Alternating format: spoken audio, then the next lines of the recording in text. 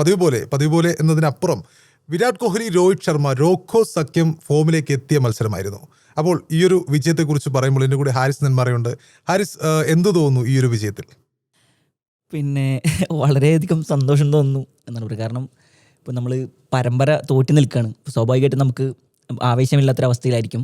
പക്ഷേ Sydney ground ഇന്ന് മുഴുവൻ നിറഞ്ഞു കവിഞ്ഞൊരവസ്ഥയിലായിരുന്നു. കാരണം വിരാട് കോഹ്ലിയുടെ ലാസ്റ്റ് ഷോ, രോഹിത് ശർമ്മയുടെ ലാസ്റ്റ് ഷോ ഓസ്ട്രേലിയൻ മണ്ണിൽ, അവരുടെ ഹോം ഗ്രൗണ്ട് പോലെ, അവരുടെ പ്ലേ ഗ്രൗണ്ട് പോലെ അവർ കളിച്ചുകൊണ്ടിരുന്ന ഒരു മണ്ണിൽ അവരുടെ ലാസ്റ്റ് ഷോയ്ക്ക് വേണ്ടി കാത്തിരിക്കുകയാണ് ഒരു ആരാധകക്കൂട്ടം. അപ്പോൾ അവിടെ അവർ തന്നെ ഇന്ത്യൻ ക്രിക്കറ്റിലെ ഏറ്റവും വലിയ ഐതിഹാസികമായ ഒരു കൂട്ടുകെട്ട് അവർ തന്നെ നിലയുറപ്പിക്കുക, അവസാനം വരെ ഒരു ഗ്രൗണ്ടിൽ നിലനിൽക്കുക.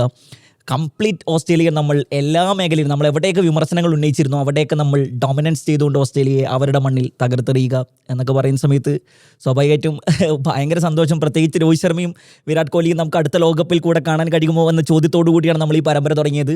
നമുക്കതിനുള്ള മറുപടി കിട്ടുന്നു. രോഹിത് ശർമ്മയെ ക്യാപ്റ്റൻസിയിൽ നിന്ന് മാറ്റുന്ന സമയത്ത് പല ആളുകളും വലിയ വിമർശനങ്ങൾ ഉന്നയിച്ചിരുന്നു. അദ്ദേഹത്തിൻ്റെ പ്രായത്തെ ചൂണ്ടിക്കാണിച്ചുകൊണ്ടും ഭാവിയെ ചൂണ്ടിക്കാണിച്ചും ഒക്കെയാണ് അഗാർക്കറും ഗൗതം ഗംഭീറും ഒക്കെ ന്യായങ്ങൾ പറഞ്ഞിരുന്നത്. പക്ഷേ രോഹിത് ശർമ്മയാണ് ഈ പരമ്പര അവസാനിക്കുന്ന സമയത്ത് ഇന്ത്യ തോറ്റ പരമ്പരയിൽ മാൻ ഓഫ് ദി സീരീസ് എന്ന് ആലോചിക്കണമെന്നാണ്. ഒരുപാട് റെക്കോർഡുകൾ പിറന്ന ഒരു മത്സരം.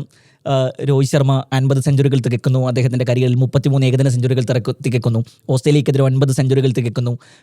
വിരാട് കോഹ്ലി റൺവേട്ടക്കാരുടെ പട്ടികയിൽ 2ാം സ്ഥാനത്തേക്ക് കയറുന്നു, സംഘക്കാരെ മറികടന്നുകൊണ്ട്. അങ്ങനെ ഒരുപിടി ഓർമ്മകൾ ബാക്കിയാക്കിയ ഒരു മത്സരം. വളരെ സന്തോഷം